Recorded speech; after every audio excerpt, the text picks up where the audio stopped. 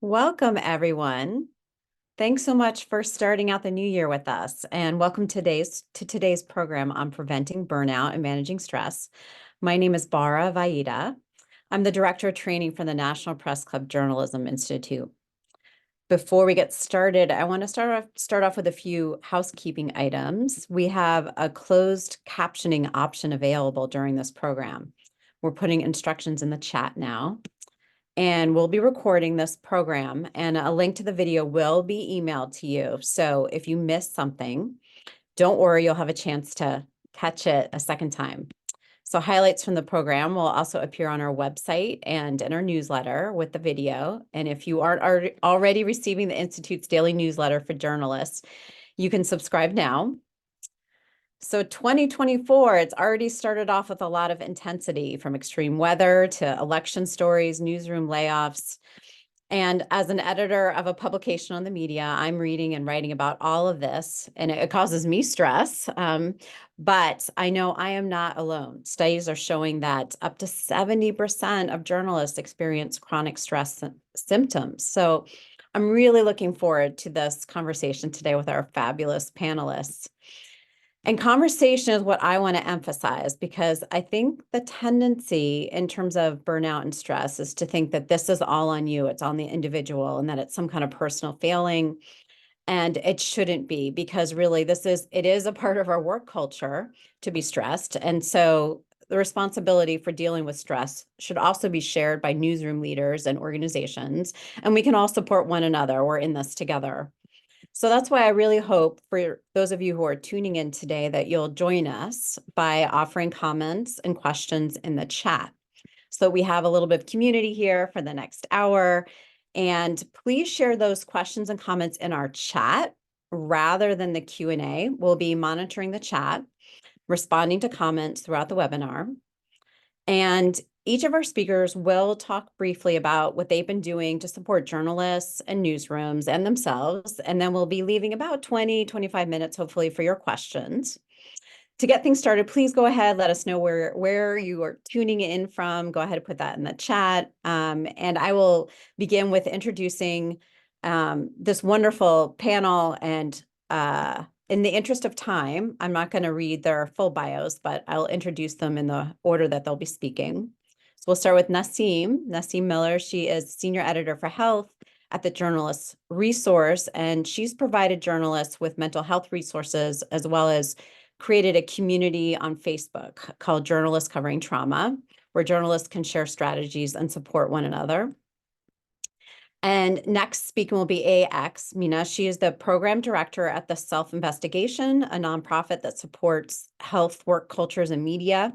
She's also the co-contributor of the Take Care, Make Care Zine for the Care Collaboratory, and is a trauma-informed yoga teacher.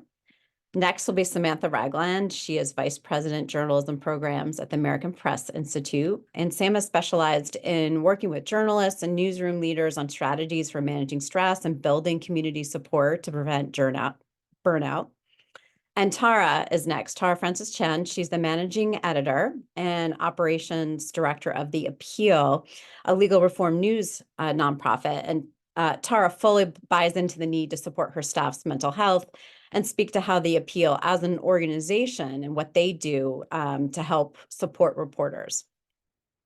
So we're going to be kicking this off with Naseem, and I'm going to share my screen here. Let's see here. Where's my share screen? Okay.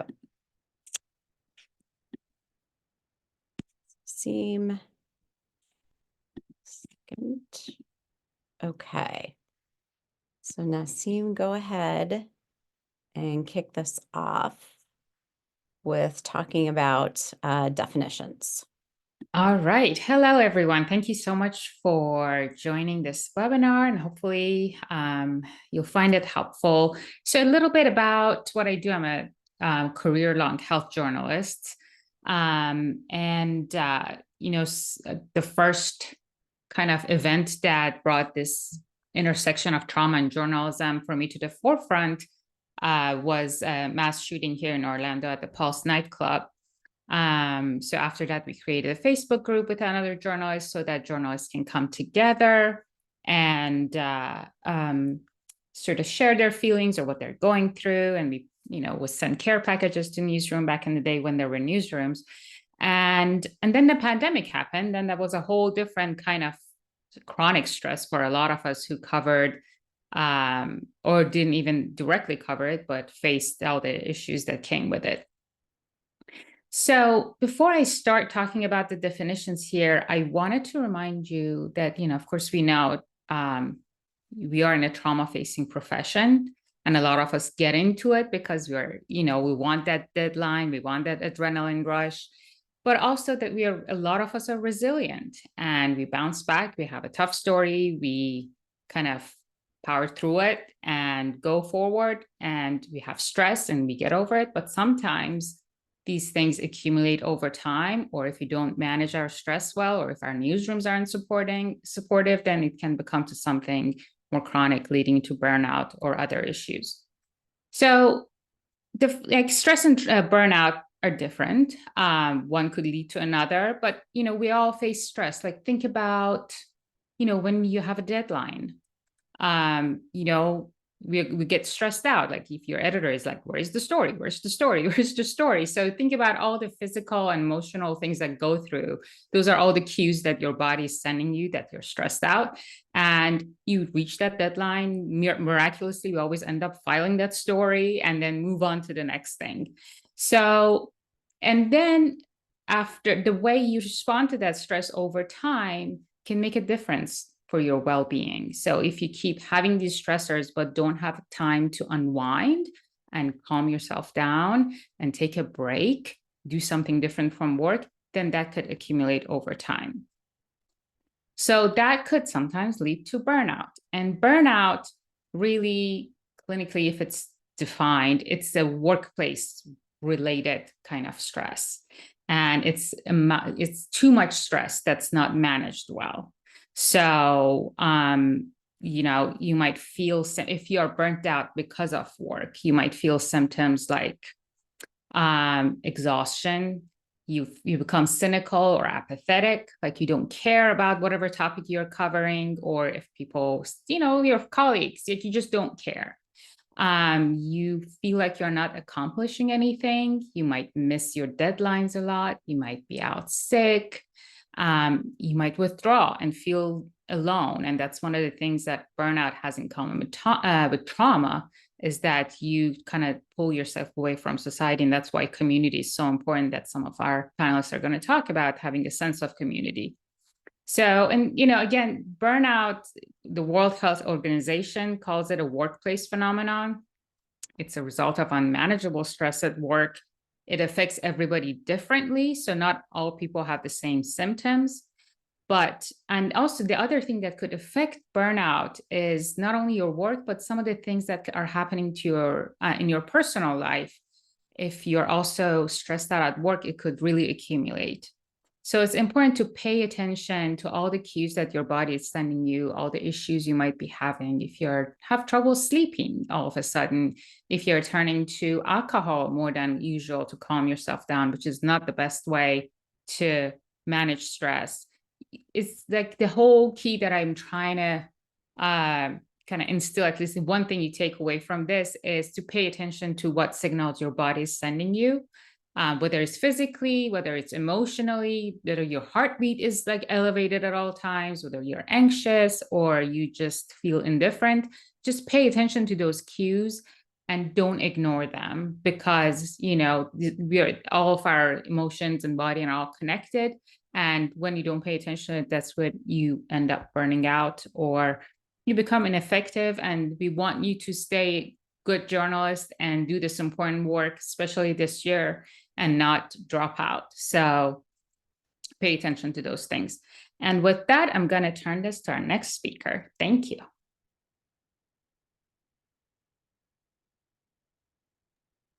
Thanks so much, Naseem.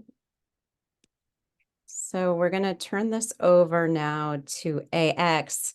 And now that Naseem, and before we get to AX, now that Naseem kind of named this, what many of these feelings might be, go ahead and put in the chat if you would like, just where you're at right now, whether it's emoji or just one word, or maybe one of the, whether burnout or stress, and AX will take it from here.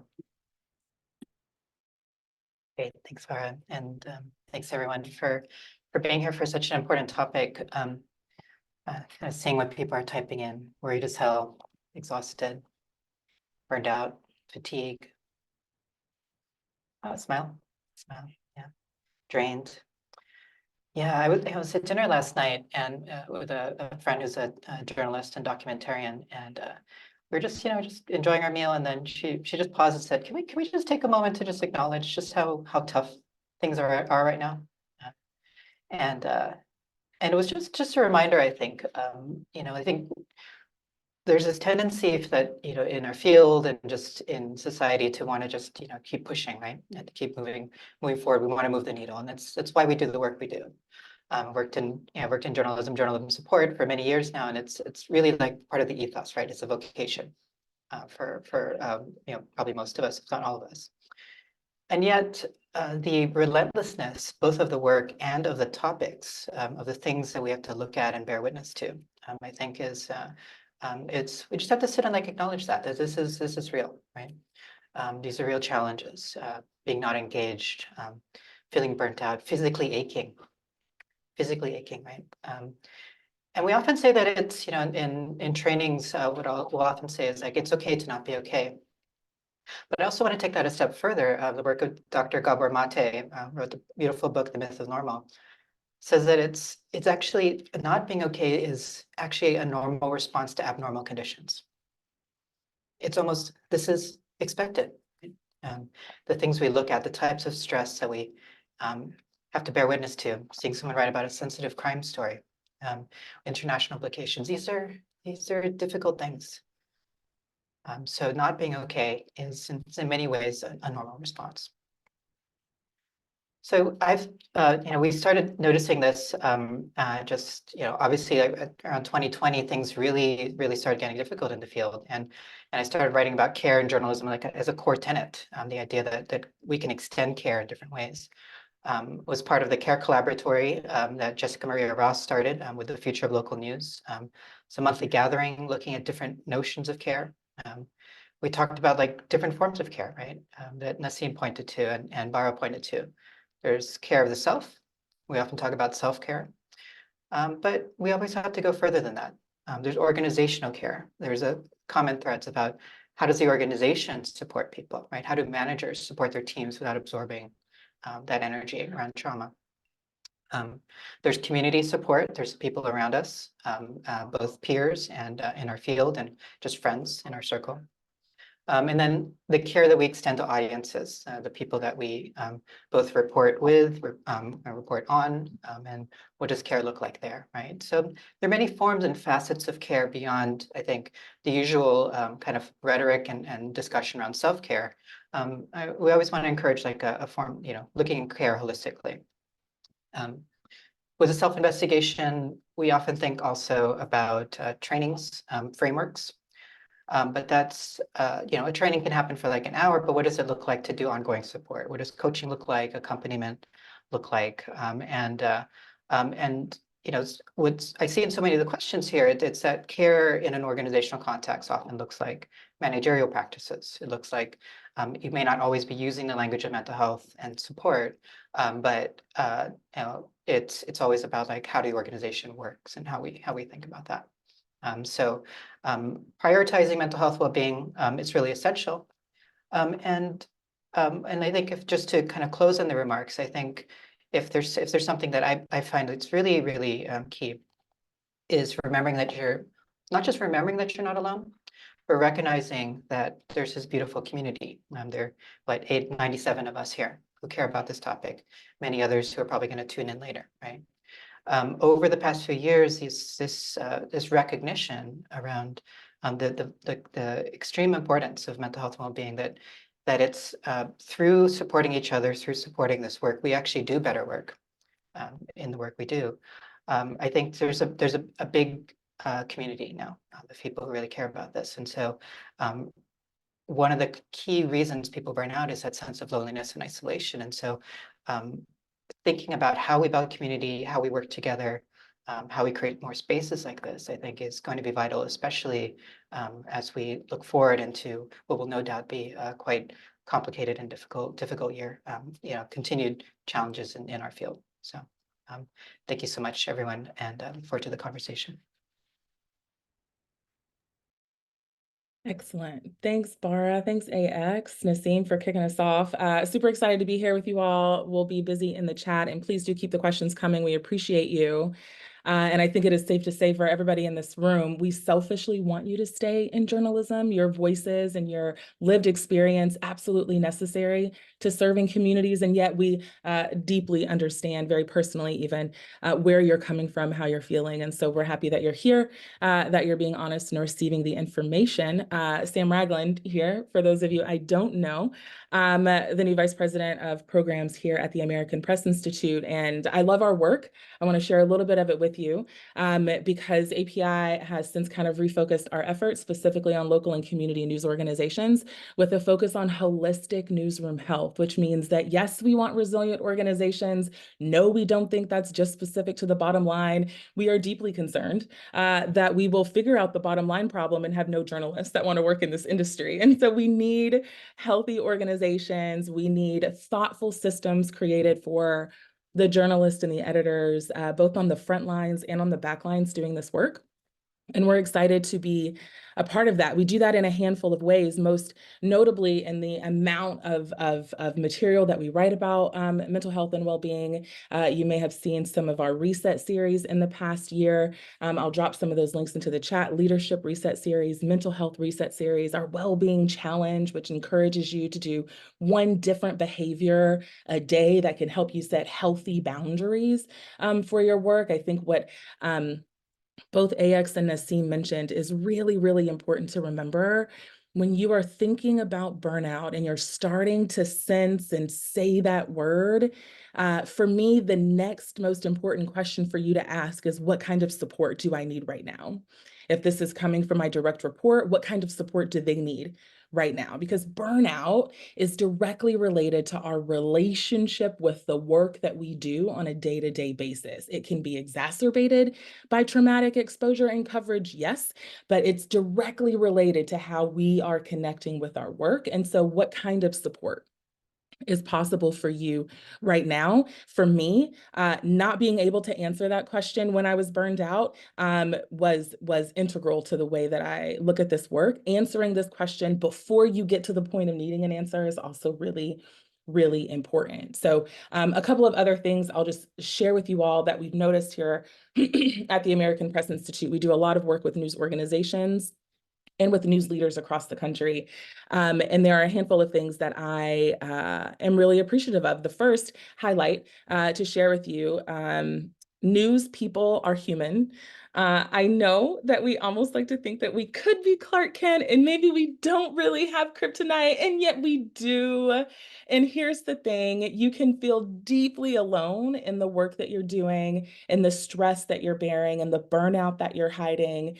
And yet the truth of the matter is that you're not alone. Having trained newsrooms all over the world, one of the biggest takeaways from the work that I have done comes after the training, when people stay on the line to say, Sam, I really thought I was alone. I had no idea that like the manager in the office next to me was feeling this way, was thinking this way. And so please take heart.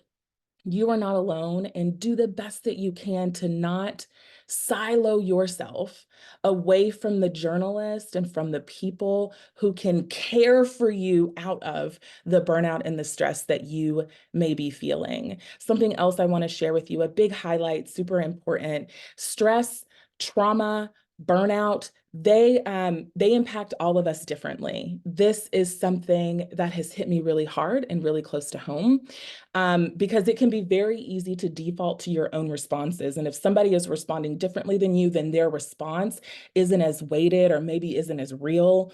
And that just isn't true. Traumatic exposure, our bodies are responding to stress very differently. No one person's stress response outweighs somebody else's. This is as true for those folks on the front lines as it is for those on the back. Vicarious trauma just as impactful to your mind, your body, and your spirit as direct trauma exposure. Please keep that in mind, and I'm happy to talk more about that in the Q&A. And then finally, another highlight that I have found really takes people by surprise, that intergenerational and cultural trauma can exacerbate the stress and burnout that your journalists, whether news leaders or not, are feeling. This means that while we have typically even kind of siloed and moved to one side of the shop, DEIB principles, it's the committee's issue, it's the equity reporter's issue, right?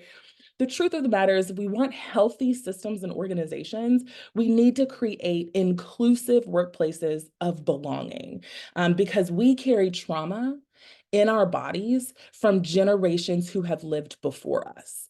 And if you're going to get to the root of that, you have to create a trusting and inclusive workplace where people are open to bringing themselves to the table as opposed to protecting themselves from you, okay? Those are the three most important highlights. And then really just kind of echoing a sentiment from AX, and you're so welcome, Bridget.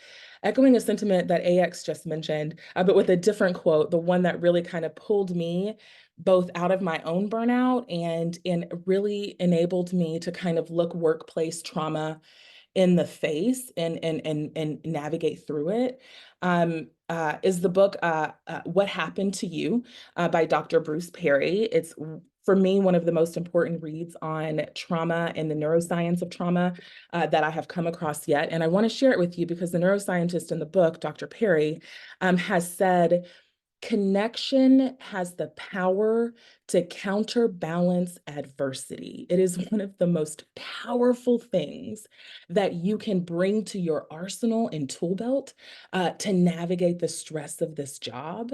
And yet it is typically counterintuitive for us. We're stressed, we're burnout, we're exhausted. So what is it that we do? We're like, we need more rest. We need to talk to people less. And yes, some of that is true, but also it can do more harm than good when you pull yourself away from the community that can actually help you heal in your own time. Connection has the power to overcome adversity. This means the group chats, super important. The gift wars that are really about the trauma or the stress you're enduring, but you never mention trauma and stress, a part of that, right? The one-on-one conversations with your boss that, yes, should not be canceled, and yes, should not just be about your day-to-day output, right? All of those things are moments for connection that one by one, what he calls microdosing, connection, one by one microdosing of connection can get you through the stress and past the burnout to what I like to call burnout repair. Recovery is a really novel idea. I wish it was true, but having been there and having been there for a very long time, I am a different person. Having gone through racial trauma, having gone through deep burnout and workplace stress, that I am I am a repaired person, not fully recovered because I'm different. There's cracks, right? They're healed, but there's cracks. So I will leave that with all of you before I kick it over to Tara, who has been doing this work in her own newsroom with great success and also lots of great questions, because there's never really one good answer, right, Tara? The floor is yours. Thanks, Sam. Yeah, I've learned so much from Sam, and one of the pieces in here, it also comes from her. But so I'm Tara Francis Chen. I'm the managing editor and co-founder of The Appeal, which is a nonprofit newsroom. We cover the harms of the criminal legal system in the US. So there is a lot of deeply problematic and traumatic coverage that we cover day to day.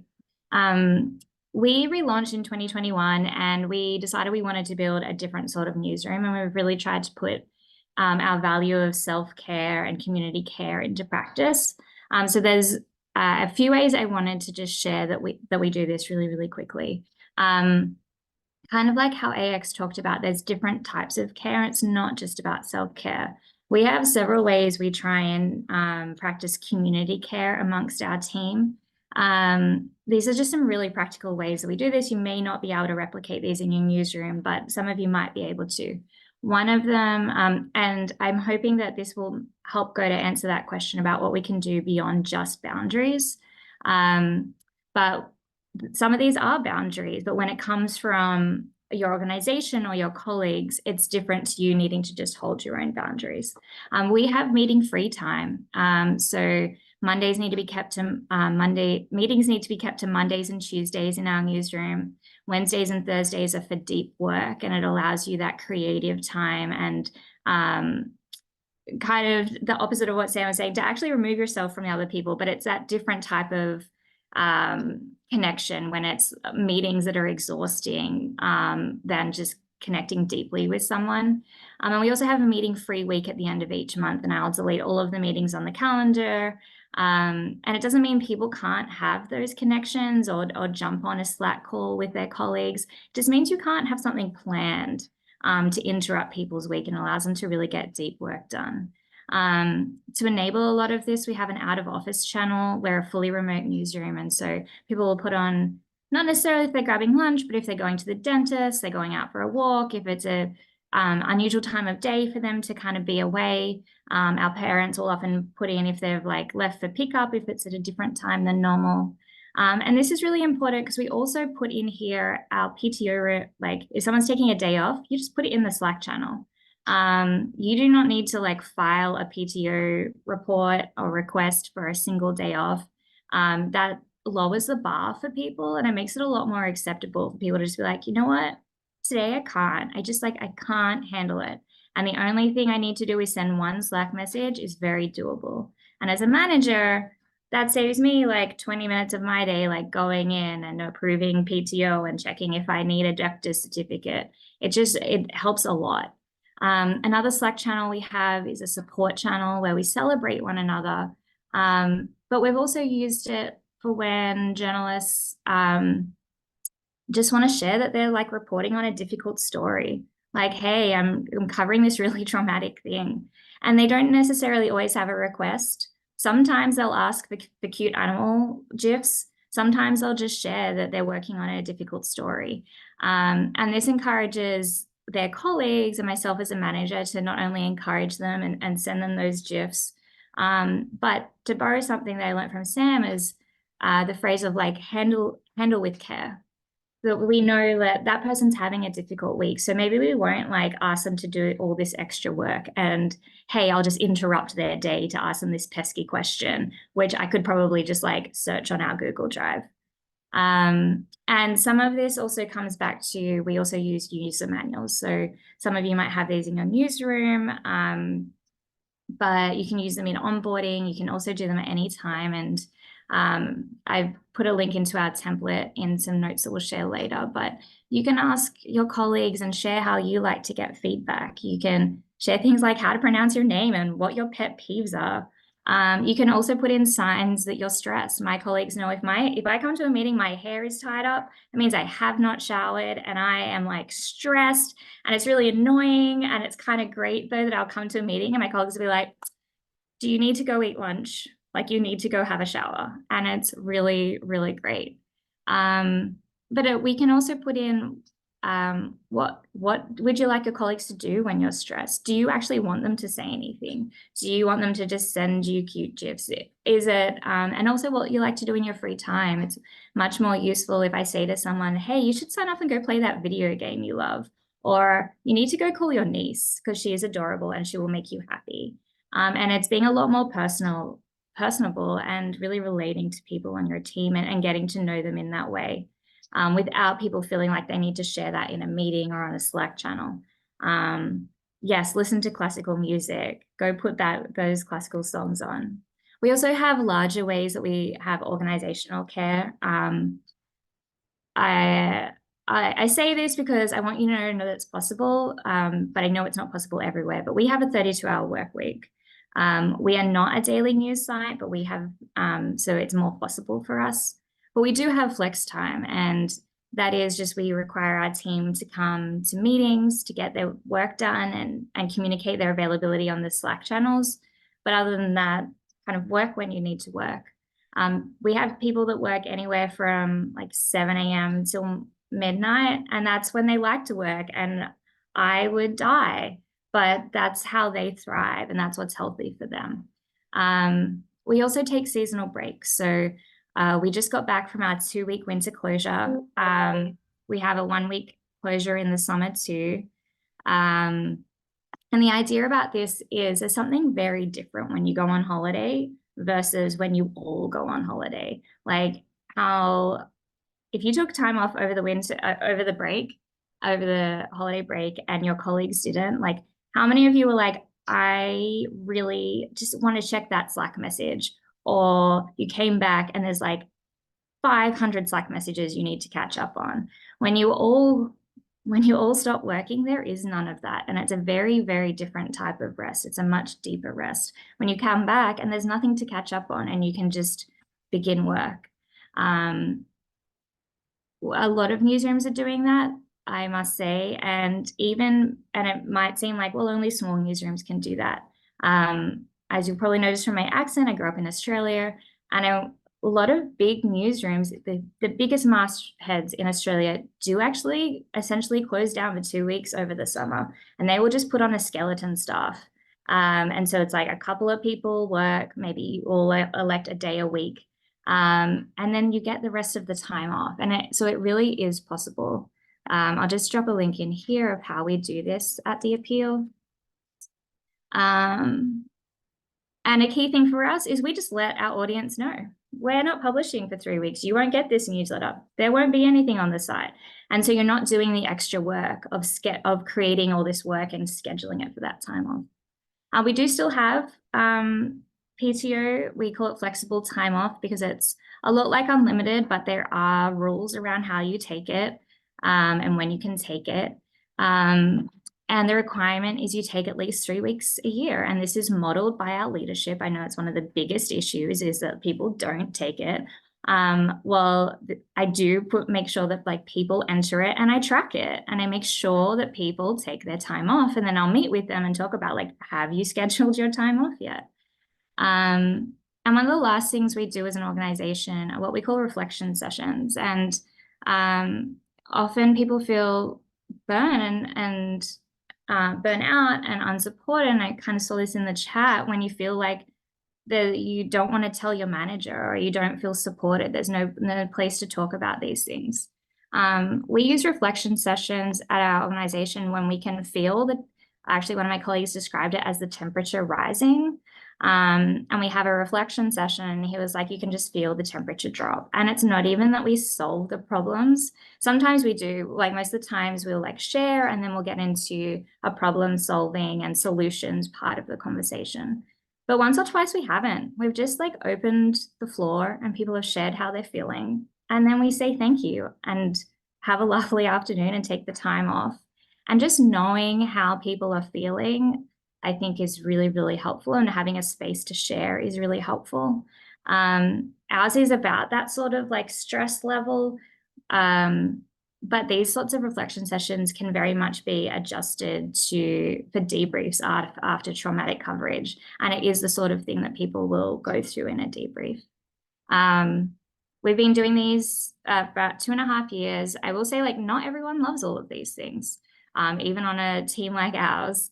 And they often need tweaking around the edges.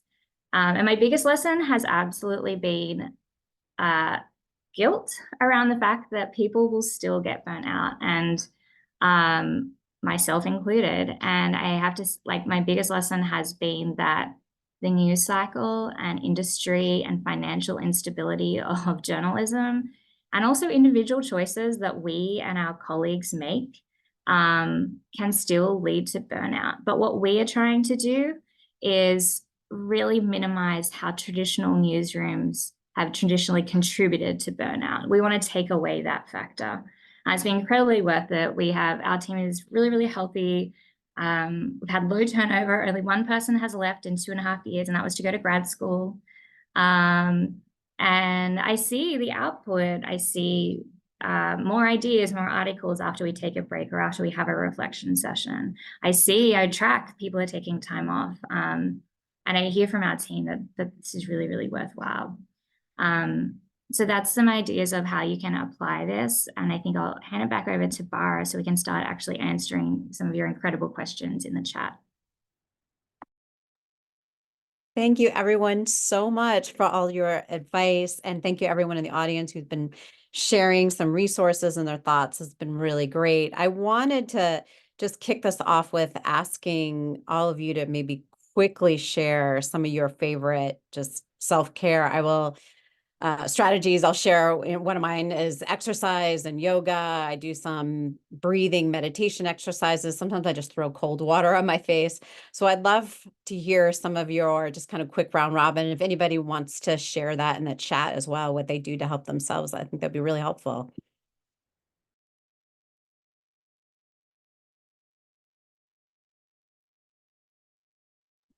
AX, do you want to start, or Naseem? Yeah, I think there are two things that come to mind, and kind of building on this theme of community that so many of us in the panel and in the chat have been talking about, is I'd like to, I think there's a thread here about like kind of isolation. And I think for me, what I try to do is I try to work with people, co-work in like a space who are not in my field. And who are not like as immersed in my world. And so it's great to work with colleagues, of course, but working with people, I have good friends who are, working on toy design, working in film, right? And so just having just a bit of perspective and like, okay, there's a different, there's kind of a different way of being that they're in, and that kind of social dynamic is really, really important there. And then one thing on the other side that's really quite simple, kind of extending the yoga kind of thread is I sit with I try to get upside down, literally. So that could be literally like a headstand or handstand, or simply you kind of lie down on the floor and you put your feet up the wall and just like stare up at the ceiling, and literally shifting your perspective and seeing things differently. It does wonders, even just for a few minutes. Yeah. Thanks, Naseem. Yeah, so some of the things, actually, I learned this from the Dart Center for Journalism and Trauma, that if you guys aren't familiar with or haven't checked them out, definitely check dartcenter.org with a lot of great resources. Two of the things was one that I think Carmen mentioned in the chat is, especially if you're in a smaller space, at the end of your day, light a scented candle. Like shut down your work, light a candle, and that smell kind of signals to your brain that your day is done, your work is done, and you're going to take a break, even if you have to boot it up again. Or do something to mark the end of your day. Boundaries are so important. And I know it's hard. I've been in local news. I've been, like the 2020, I was working around the clock, just trying to keep track of COVID numbers. But if you are able, whenever you're able, try to mark the end of your day. For me, I have all my, electronics plugged into a surge protector because I live in Florida. So at the end of the day, I really yank that plug off the wall, and that's it. Even if I have to boot it back up again later to have my light come on and etc. So do something little. Maybe go out and take a walk around your home or around your neighborhood. So these little boundaries at the beginning and end of your day could signal your brain. And the other important thing is finding a hobby that has nothing to do with your work, whatever it is. And I always say, don't, find a hobby that you are eventually going to monetize, because then that becomes work in itself. Right? Just do a hobby that's just for you, whether it's you're going to crochet, you're going to play an instrument, you're going to garden, something that is totally unrelated. And going back to what AX said, and Sam and Tara have mentioned too, is a sense of community. So pick up the phone and maybe, if I know the younger generation, especially, is all based on text, but it's amazing, especially the days, if I feel isolated, if I call a friend and talk for 10 minutes, it really shifts your mood. Whether it's a coworker or a friend, just chat about whatever. So try to break that cycle of quiet loneliness in your office or in your room or in your home office, wherever you are.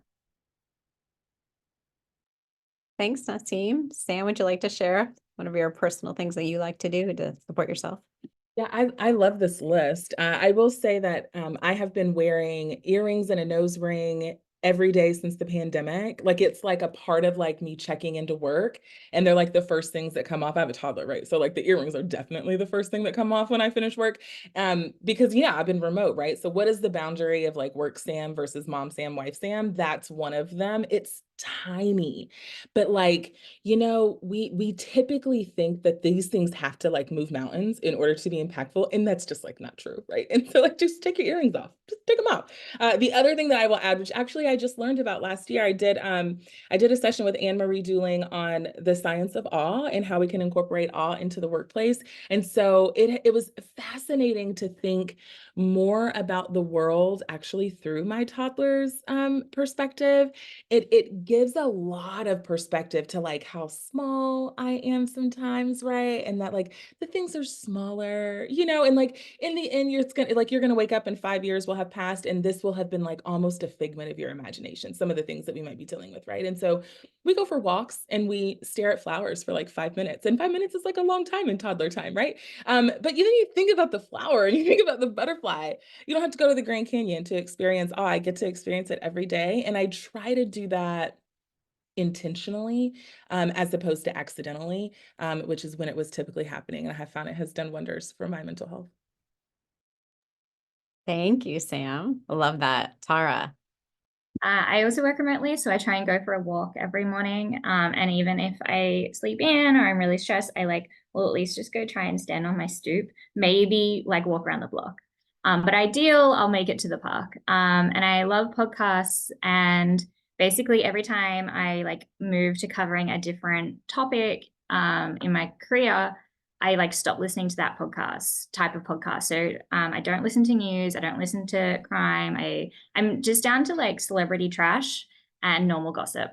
But it's great, and I highly recommend not listening to anything related to your job. And my actual my biggest self-care and biggest advice is to buy a secretary desk. I think it's even smaller than taking off your earrings. But the fact that I get to physically close my desk at the end of the day, I'm looking at it right now, it's so pretty.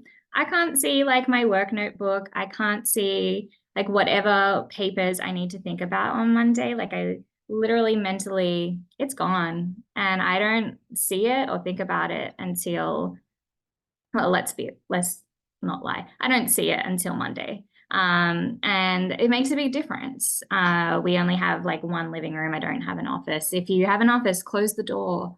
Just have a way to kind of like Naseem said, have a ritual at the end of the day and make that transition. And it can be really, really small. For example, I'm so sorry. Let me just jump in here really quick because Tara, you know how much I love a good double doggy dare because I'm like an 80s baby. But I double doggy dare everybody in this webinar to literally close every tab on your computer today when you log off from work. I know. How dare she say such a thing? I know. But do it. Do it. Shut off the day. Close all the tabs, right? It's fine. If you haven't read them yet, you're not going to read them anyway. Anyways, go ahead. Bara, it's on you. I love it. Love it. I love these physical boundaries that we're talking about, right? Shifting the brain from work to something else. So we've got so many wonderful questions here. I'd like to start off a question about freelancer. We have a number of folks here that are freelancers, and they're looking for some advice about what to do. They don't have an organization to lean on. What suggestions do each of you have for freelancers to help them support themselves? Sam, do you want to kick this off? Yeah, I think that's really tough, but I think I would kick back over to something that AX mentioned. It is really easy to disconnect and to live a life of disconnection. As a freelancer, sometimes it's hard, right? To manage the workload, to think that you can have time off when you really need to work to get paid. Look, I was an adjunct English professor at one point, which meant that I borrowed money from my parents every summer to pay rent, right? Because I did not get paid if I didn't teach. And so, but one of the things that got me through was being really, really deliberate in the way I was connecting and with whom I was connecting. I think that when we're talking specifically about the stress of the job, I love Naseem's phrase. She said, we are in a trauma-facing profession. So when it comes to the stress of the work, one of the things that can help you optimize for sense of self is to be deliberate in the way you're connecting with others, whether that's a full-time staff or freelance friends or people who are outside the industry altogether. Yeah, one thing I'll add is the importance of journalism support organizations. Everyone from Online News Association, the National Press Club, AAGA, NAPJ, all these community groups, I think, are especially important for freelancers. And I think what's really great to see is that a lot of community journalism support groups now have like Slacks or other kind of, or even like WhatsApp channels, where people just kind of congregate and gather. And so, and then one thing that I think is really important, especially if you're working, on your own, is with your peers, how do you create some of those structures? So, example, some of my coaching clients, I'll actually work with them to set up stand-up meetings that they'll have with their peers. So if they're working on their own. Certainly, we all know other freelancers, other independents, and so creating some of those team accountability structures, even as an independent, I think can create that kind of rhythm, that support model, but also that structure that I think can benefit individuals. And so, just two tips. There's a lot of other methods, but I think creating those structures and finding those communities, I think, can really quite key. I'll just say too, if you work in a newsroom, advocate for your freelancers, and advocate for better freelance contracts. You can change them. You just have to argue with your manager and your lawyers, but you can win. And pay your freelancers in sections so that they don't have to wait until publication. We pay once editing is complete, and then we pay again the other 50% once fact checking and copy edit is complete. And we do not pay on publication. We turn around pretty quick, but I used to work in magazines. That can take 6 months. That is a huge financial stress on freelancers. So advocate for freelancers.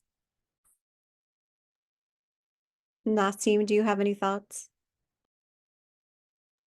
These are all great suggestions, and I wish it's such a hard question, and I wish there was an answer for it. I second Sam mentioned the Crayola Slack, Journalists of Color Crayola Slack. They have a mental health chat every week, so that's really helpful. It's a great community in general to be a part of. Yeah, this is a question that has come up before, and there's no simple answer. The other thing, again, I wish there was, as Tara said, there was more support from newsrooms that assign these assignments to freelancers. But look after yourself too, as much as you can. Be intentional with your self-care. Just kind of like how you do stories and you commit yourself to it, and you have deadlines to meet.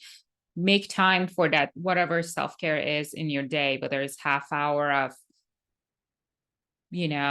gardening or playing music, listening to music. I talked to somebody and they said at the middle of the day, sometimes they get up and dance to their favorite music just to break up the day. So try to work those little things into your day in absence of a, great solution for now. Well, thank you all for those thoughts. A question that we've gotten from a number of different newsroom managers is, how to support staff for themselves dealing with chronic stress, burnout, recovery. How do managers support staff through this burnout without absorbing it on themselves? How do we deal with the trauma without displacing it from one to another? I don't know if Tara would like to take that. Yeah, it's a really great question. I think in terms of helping your staff with chronic recovery, a lot of the boundaries that I talked about here, knowing what hours people want to work and holding them accountable to that. One of our staff can get burnout really easily. And so I will send her a message when she's working at 7:20 a.m. on Slack that it's 7:20 a.m. What are you doing on here? And she likes being held account. And sometimes it's because she has an appointment later in the day. And other times she's like, yeah, you're right. I don't need to be on here. And so it's just serving as that kind of second brain for people sometimes. It's having regular one-on-ones and checking in with how are people doing, and then calibrating your requests from them until your next one-on-one.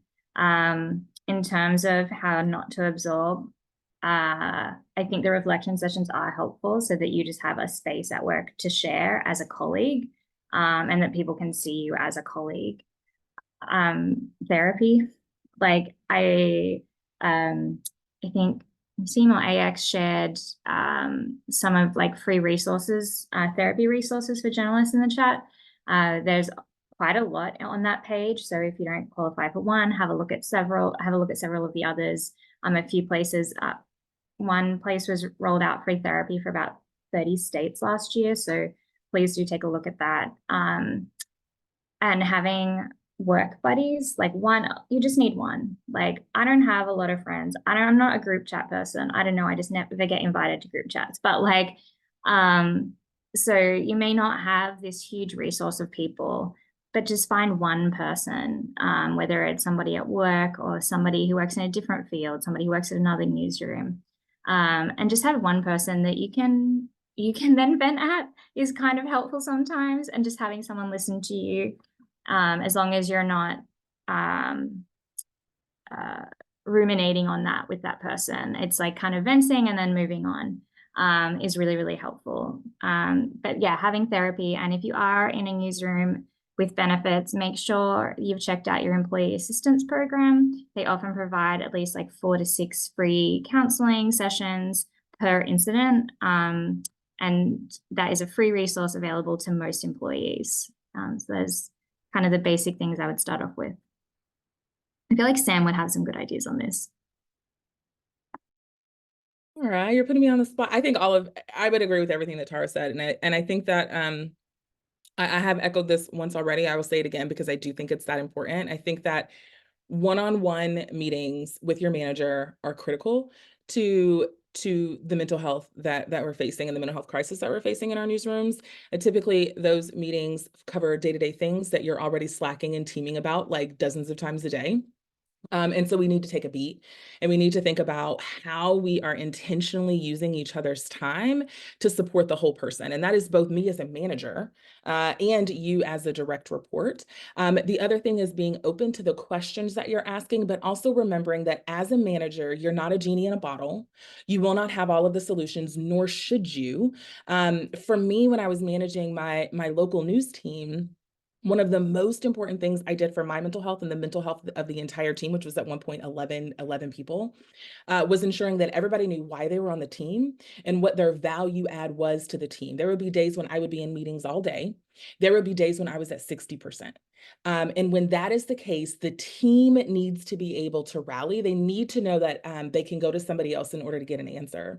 And so speaking value into your people, reminding them why they're here, making sure that they don't just know, but the rest of the team knows, means that you are shoring up for yourself some protective mechanisms that will help you kind of keep their stress at bay while you're trying to protect them and support them. Tara will remember this from the API Mental Health Summit, but I think there was a collective like a gut punch in the room. We did this summit in October, and one news leader raised her hand and she had the nerve to say, close the door. And the whole room, 60 journalists and leaders were like, what? Like, no, everybody needs to have access to us. I'm a newsroom leader. I need to be available. And yet, right? How are you good for everyone when you are fully depleted? Right? And so how do you shift your perspective on your responsibility to yourself and to your team? And then how do you help share some of that responsibility, not just across your team, but across the shop? Right? We say all the time, it takes a village to raise a kid. Let me tell you, it takes a village to keep a journalist healthy. And we should embrace the village. Thanks so much, Sam. That was great advice. I wanted to shift something that I also noticed came up a lot in the questioning is this vicarious trauma. And how to work with the stress caused by what we cover as an industry, and also abusive workplaces, racism, being a female journalist, abusive workplaces, and the trauma itself they cover, from firearms violence to other things. What advice do you have in terms of working with those feelings? Naseem, I know this is one area you've done a lot of work in. Sure. Yeah, so vicarious trauma for, I'm sure most of us have heard it by now, but really it's a cumulative effect of hearing, seeing, watching traumatic things, like hearing people's stories. If you're a crime reporter, you hear these stories over and over every day. So these accumulate over time and could affect you negatively to a level that is not manageable, and that's called vicarious trauma, where you sense some sort of unrest and anxiety, or maybe other issues that create this sensation or this feeling. And it affects people like therapists too. And one of the best things you can do to protect yourself when you're going to cover difficult stories, to protect yourself from this cumulative stress that will turn into what is called vicarious trauma, is have a plan for before, during, and after for covering difficult stories. Prepare yourself mentally to what you're going into. Prepare the staff and other photographers, videographers that are coming with you, that what you're walking into. Then during, not only check in with yourself, but also look after the people you're interviewing. When there is a need for a break, please take a break for yourself. You can take deep breaths, because, a lot of times we can't walk out of the interview, but try to take deep breaths and remind yourself what you're doing the story. And afterward, especially after difficult stories, please take a break. I know sometimes we're on deadline, you have to go in and file the story. So after you file that story, unplug, take a break. If you have a long investigative project to work on, and it's months long, and after you file those series, please whenever possible, take a longer break. If you can, take a few days off to unwind and let your system slow down, and then get back to the next thing. All these little things, all these little breaks, big breaks, help with your resilience and protect you from stress, burnout, and trauma over time. Okay, thanks for that, Naseem. We're getting close towards the end of our time together. One more question here that I did see come up a lot, as well as what happens if you feel like your managers are not supportive of what you're trying to say, like, hey, I need some support. Do you have any advice on how to talk to your newsroom manager? And also, how do you build support among other journalists in the newsroom as well? I'll take that. I might broaden it out just a little bit, less about kind of the individual and more about if you want to. I think it's also helpful if you're finding that they're not responding positively to your individual need for support. Are there ways that you can advocate for larger change for more people to make it less personal? And one of the things that I've done in the past is like literally get a piece of paper and mind map what I think is important to my boss. And like one of them, I knew that like it was really financially tight. And so I knew that money was really important. And so if saving money is important to your boss, can you do some napkin calculations on what the company's turnover has been? The average cost for like, how much it is to like post a job ad? What are standard hiring and training costs? What maybe was the like redundancy package or something? If you can just take to them some like basic numbers of like, this is how much it's costing us because of burnout. This is what we could do. Here's some like, all the things I listed today were essentially free. Here's some things that we could do for free to try and save this money. If they want to produce great journalism, look at the pieces you've published and take to them like, these are the pieces we did when the team was going well. And look at the page views. This is the pieces or awards.